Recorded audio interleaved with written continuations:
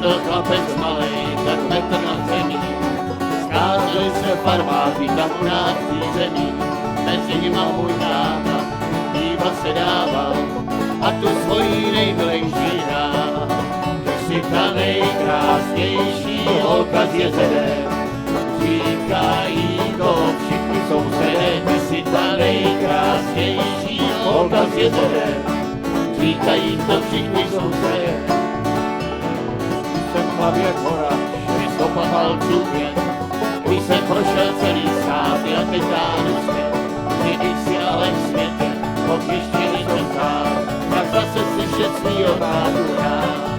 Kví, kví, kví, kví, kví, kví, kví, čepu, najdu cestu, třeba poslechu. Kví, kví, kví, kví, kví, kví, kví, kví, čepu, najdu cestu, třeba poslechu. Ta písnička mě vedla mým celým životem, když jsem se toulal po kolejích, žebral za plotem.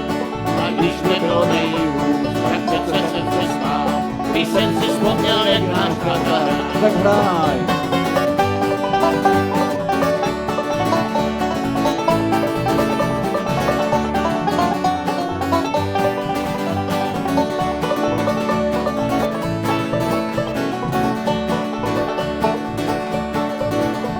To už je všechno dávno, táta je podzemí.